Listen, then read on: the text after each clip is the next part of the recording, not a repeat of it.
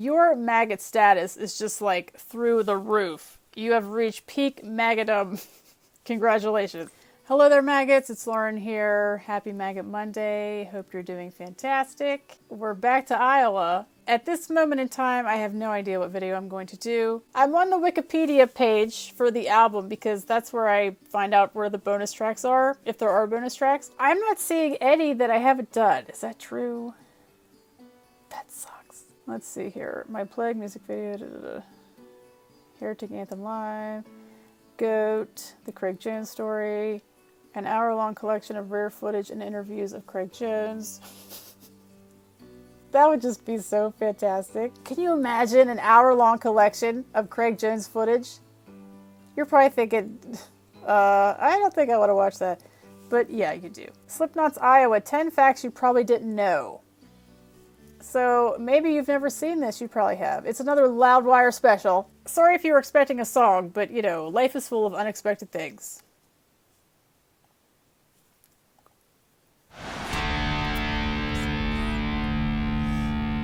It doesn't take a rocket scientist or a music theorist to point out that Iowa is the Knot's darkest, angriest, and heaviest work of art to date. It's typically the top pick among the maggots who have been feeding off the sinister mood of the songs for the last 18 years. The Nine were in absolute terrible shape, both mentally and physically. They had more money in their bank accounts, which fueled their drug and alcohol addictions. The quickly growing level of recognition that followed the release of their debut forced them into pits of depression and anxiety, which further provoked their substance dependency. In honor of the album's 18th anniversary, here are 10 facts you may not have known. Fucking lyrics. 3 years ago. The word fuck appears approximately 38 times throughout all of the songs on the album. Hey, we told you it was angry. All hail the goat. The 2001 album cover depicts an animated goat head, but the 2011 anniversary edition features an actual photo of the side of the goat's head resting on nails against a wooden wall. The artwork is credited to Sean Clown Cran. We're not sure where he got a dead goat from, and we're not sure we want to. The album was offered for free by several record stores in the UK in 2001 to customers who brought a live goat with them. Probably best to shield your eyes from the album cover. It ruled the charts. As heavy as it is, I would say, is that true? But I guess it is. I'm sure these people did their research. So if you brought a live goat, you got the album for free? I wonder how many people actually did that. If there's anyone in the comments right now that did that, you brought a live goat to get a free Iowa album, your maggot status is just like through the roof. You have reached peak maggotum. Congratulations. I knew that it was a dark time for them. I knew that. I certainly didn't know about the goat thing. All right, number 3. Work debuted in the top 10 of the charts in 9 countries and peaked at number 3 in the US. It's since been certified platinum in the US, UK, and Canada. Tragedy nearly made it flop. Iowa came out August 28, 2001.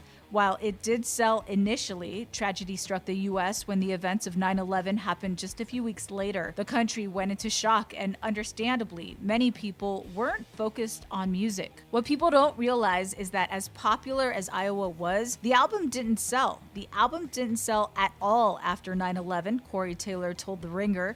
We all kind of felt, if you were a heavy band, you felt the heat of what happened with 9/11. So not only were you unable to mourn with your country for what had happened, but now it's like, Jesus Christ, what do we do? Eventually, the momentum picked back up and people even began finding solace in the catharsis the album brought them. There were 666 lucky maggots prior to its release. A few months before the album came out, Slipnot offered a 1-track CD for free for the first 666 people who went to Roadrunner's website when the contest was announced. Producer Ross Robinson was broken before production. Like, literally. Right before production was about to start, Ross Robinson endured an accident on his dirt bike and broke his back. But it didn't stop him. He channeled his physical pain into the making of the album as the band used their emotional pain. Metal. They don't call him the godfather of nu metal for nothing. Corey Taylor physically hurt himself in the studio on purpose. There are dedicated frontmen, and then there's Corey Taylor. The singer wanted to inflict pain on himself in order to deliver the most brutal, intense vocal performance that he possibly could. During the recording of the self-titled track, he undressed in the vocal booth, cut himself with a broken candle, and made himself vomit. Don't ever say he didn't give it his all. Sid Wilson's emotional breakdown on 515. Sid Wilson's grandfather passed away while the band were in the studio and he wasn't able to attend the services. He went in to record the opening track, 515, and had an emotional breakdown. Clown told Revolver, "I come in the next day, Ross is weeping, puts his arm around me. I've been waiting for you, Clown. You're one of the few people that's gonna understand this. This is my favorite part of the record. It's the realest part of the record." The history of Gently. Clown actually wrote the song prior to Slipknot, and it first appeared on their debut release, Mate, Feed, Kill, Repeat. Taylor altered the lyrics slightly when the band re-recorded it for Iowa by taking a few phrases out. It got Stone Sour back together. The members of Slipknot still reflect on the making of Iowa to this day, citing how much they couldn't stand each other during that time. Everyone was experiencing so many different personal atrocities that they were at each other's throats.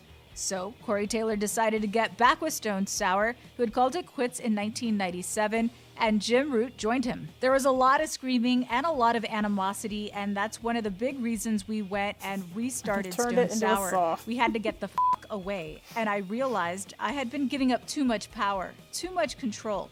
So when we did Stone Sour, I did a lot of the production and arranging, which was good for my head, but it didn't fix the problem, Taylor told Revolver. How many of these not facts did you know? Let us know in the comment section below, and don't forget to like, share, and subscribe. Do that YouTube thing.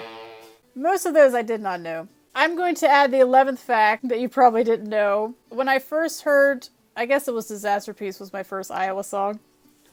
If you had told me then that I would be voluntarily listening to songs from that album, I would have laughed hysterically. But that is true. The other day, I don't think I listened to them in the order. I think I sort of skipped around, but I probably listened to most of the songs from the album.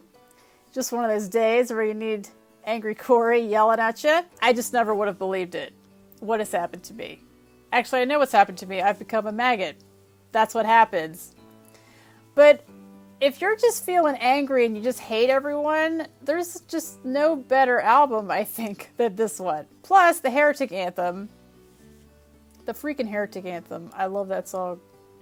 That's definitely my favorite Iowa song. So if you feel like sharing your favorite Iowa song, let me know below. That can be fact number 12, is that my favorite song from Iowa is Heretic Anthem. So we have the top 10 plus 2, a shorter video today, a video today. Hope your day has been awesome, and I hope your week will continue to be awesome.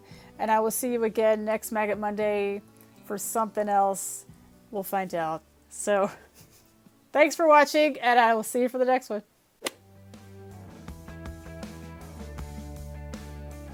Oh my god, I can never unsee that. That would be very entertaining. For me. I mean, it would be a lot of him just standing there as far as an interview, but it would be just like head banging. Every view of head banging. Greg Jones is the GOAT, in case you're new here, didn't know that. Greg Jones. I just love Pinhead, he's just the best. Hands down the best. There's just no, I don't even have to think about it. It's just like, he is the GOAT.